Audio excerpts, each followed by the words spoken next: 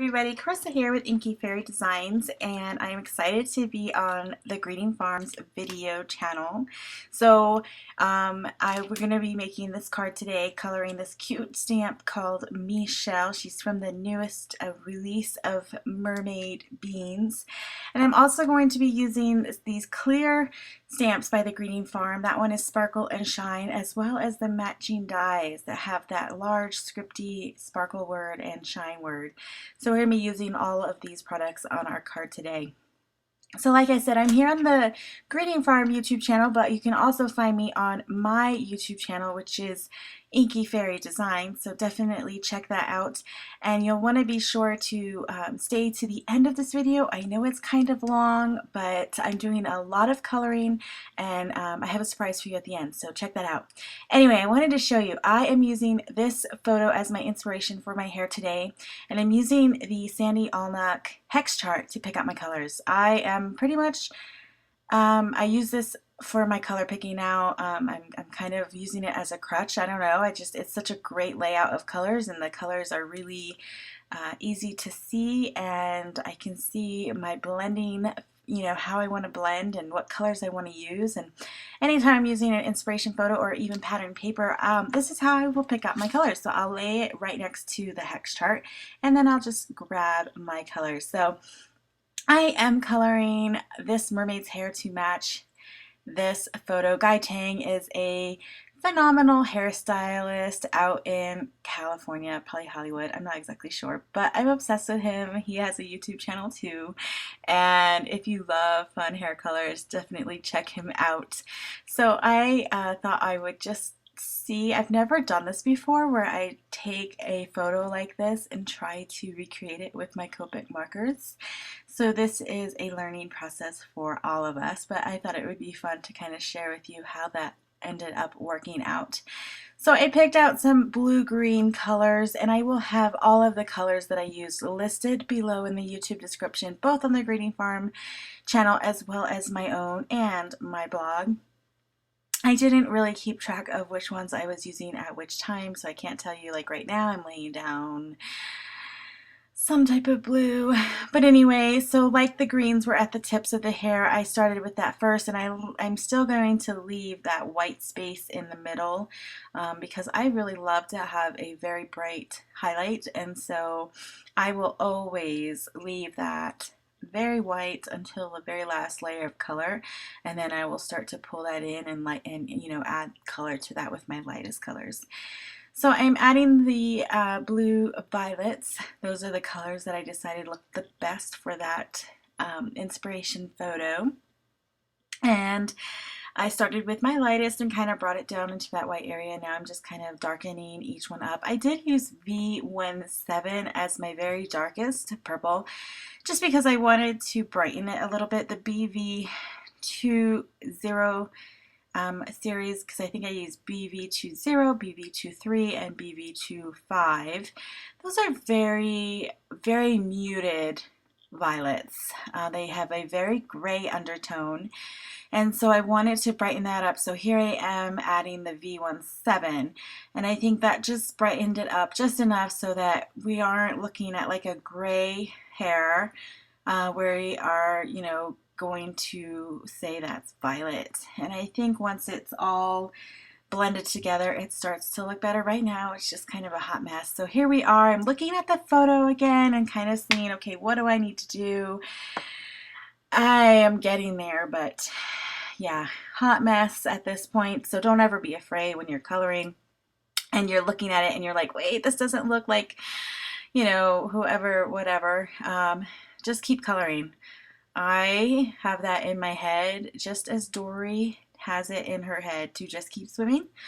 I just keep coloring until I am happy. So here I am. I'm going to add in and start to fill in that white space that I left open for the highlights. And look, BG34, that's one of the colors that I'm using.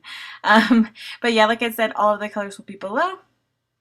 And so this is like the second layer of colors, and so this is where I'm going to start adding the color, and I will start flicking it into that white space. And yes, I flick my hair I flick it in real life, not really, But I also, I just love the flicking motion. I hardly ever use the circular motion for building the hair color. I think flicking actually adds texture to the hair. You can try to create individual strands in the things that you're coloring, and I think it's just easier to control. I know somebody asked me on Periscope one time, why do I flick my markers?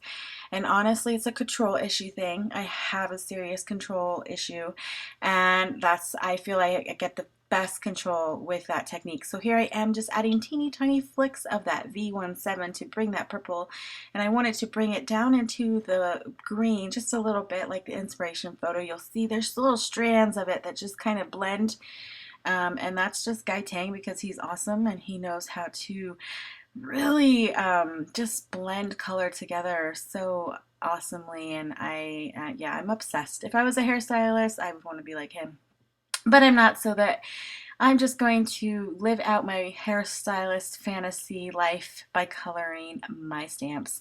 And the Greeting Farm stamps, I think, are my favorite to really just kind of have a lot of fun with different hair colors, and I just think their style and the amount of area allows you to have fun with that. So there we go. We can see the side by side, and I think it looked pretty good, if I do say so myself. I think I will tell you honestly, I am very happy with the way that it turned out. So this video got super long, and so I totally cut out the skin coloring and the shells in her hair because all of that was very basic, but I did want to show you how I colored her tail. And so I will lay down like a really light layer of color, and then I'm going to come in, I'm going to use that stippling motion, which is where you just lay down different size dots. I think it's an artist term, stippling, I'm not sure, but it is a technique and it provides texture, and I think it adds the texture of scales awesomely. I also use it when I'm doing like fur coats and stuff like that. So it's definitely a versatile technique. Doesn't have to always be scales. It can be fur, it can be hair, you know, like if you're doing something like that. And you know, no image is complete unless I add Wink of Stella, and here I am, and I added a ton of Wink of Stella on her tail because I squeezed it and a big puddle came out. But I just tried to move it around because there was no way I was throwing this away and starting all over. So here she is, and I think she turned out super cute. Yeah, so have fun with your Greeting Farm images. Try out different hair color and combinations and see what happens. Now we're going to go ahead and get into building the card itself. And so whenever I fussy cut an image, I will take my Memento marker and go around the edges to clean up all of that white core that shows through. I pulled out some old pink paisley paper, and I thought, I actually pulled it out earlier, and that's why I colored her seashells that color. I thought the coral really played nicely with the blue-green cool color of her hair. And I'm cutting out those words, and I wanted to show you how I use the dryer sheet thing. It's a technique to help you cut out intricate dies, and you can see how it pulls up and it just leaves that right on the dryer sheet, kind of clings it there, and so you don't lose your little pieces. And I also wanted to show you, I love to kind of make dimension of my, or like make my words have dimension, and the best way to do that with these really fine die cuts is to cut out 2 or 3 pieces of them. So I did it in a white, just white cardstock. I keep the negative space of where it came out. I add some washi tape on the other side, and then I can stick it there and it'll keep that shape, and then I can add the second piece right on top. And I just use that mono multi whatever glue by Tombow. It's got a really fine tip applicator, and I like to use it for these little areas. And the gold cardstock that I use is from My Favorite Things. It's their gold shiny cardstock, and it's really cool. So I thought for the shine we should use some shiny cardstock, and it ties into her crown that I colored gold using that Wink of Stella gold. So yeah, this is like the easiest way if you want to make your words kind of stand out and have some dimension. I usually use 2 or 3 pieces of cardstock, and that gives me enough depth without it being too tall. And now I'm just kind of lining up where I want the sentiment, where I want her to be. I cut out all of my pieces of my cardstock using some of my favorite things. Blueprints, Die-namics dies, those are my favorite right now for creating cards. I can't create without them now. I think they have so many different cool shapes. So anyway, so here I am. I'm just going to adhere this card together, and I'm going to add some twine around that panel. And I chose that because the cute little fish, I don't know, I think it looked cute with the mermaid. And I guess I probably had that just keep swimming, just keep coloring in my head, and so I wanted to have some fish on there. So I added some gold baker's twine. I think this is by May Arts, and just kind of wrapped it around 3 times because 3 times is my thing. I like odd numbers. I added a ton of adhesive on the back. That's that 3M dimensional adhesive, and I never ever skimp on it. I'm an adhesive holic. I know I told you that in my last video, but it's true. I want to point it out every time so that you can see that I am not lying. I mean, look at the amount of dimensional dots I have on the image. She is not going to go anywhere. So I used that same glue, that mono multi whatever it's called, and I added that sentiment there, and now I can line up my image, and this card is done. I think she turned out super cute, and I hope you enjoyed this super long video. I know it's a lot to ask you guys to watch a 13-minute video, but you know, coloring takes a while for me, and I wanted to share that process with you. I think her hair turned out really cute, and then I thought it would be fun to show you kind of my process of building the card as well. I think it's interesting because all I had sitting down to do this card was the inspiration photo of that hair. That was the only thing I knew. I wanted to get that hair. I wanted to try to color that hair, and everything that just came together on its own after that. So there are 4 mermaids available at the greeting farm, plus 2 digital mermaids that you can download and print out yourself.